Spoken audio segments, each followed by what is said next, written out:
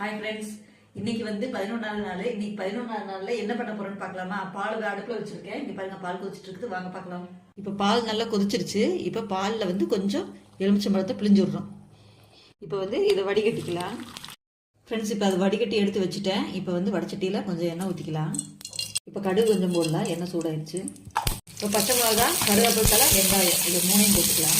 இப்போ தக்காளி கொஞ்சமாக போட்டிருக்கேன். நான் வந்து எல்லாம் கொஞ்சமாக தான் செய்கிறேன். உங்களுக்கு நிறையா வேணும்னா நீங்கள் நிறையா தண்ணி எடுத்துக்கோங்க.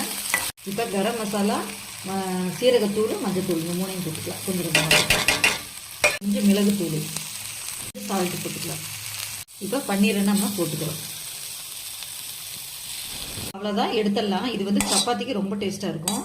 இதே மாதிரி நீங்களும் செஞ்சு பாருங்கள். இங்கே பாருங்கள் ஃப்ரெண்ட்ஸ், இப்போ பன்னீர் கிரேவி நமக்கு ரெடி ஆயிடுச்சு. நான் வந்து குவாலிட்டி கம்மியாக தான் செஞ்சுருக்கேன். நீங்கள் நிறைய பேர் சாப்பிட்றதுனா பன்னீர் நிறைய எடுத்துக்கோங்க. இது டேஸ்ட்டு வேறு லெவலில் இருக்கும். சப்பாத்திக்கு சாப்பிட்றதுக்கு சைட் டிஷ்க்கு சூப்பராக இருக்கும். காரசாரமாக நல்லாயிருக்கும். சூப்பராக இருக்குங்க ஃப்ரெண்ட்ஸ். ரொம்ப அருமையாக வந்திருக்கு. நீங்களும் இதே மாதிரி செஞ்சு பாருங்கள். எப்படி இருக்குன்னு எனக்கு சொல்லுங்கள். ஓகே ஃப்ரெண்ட்ஸ், பாய்.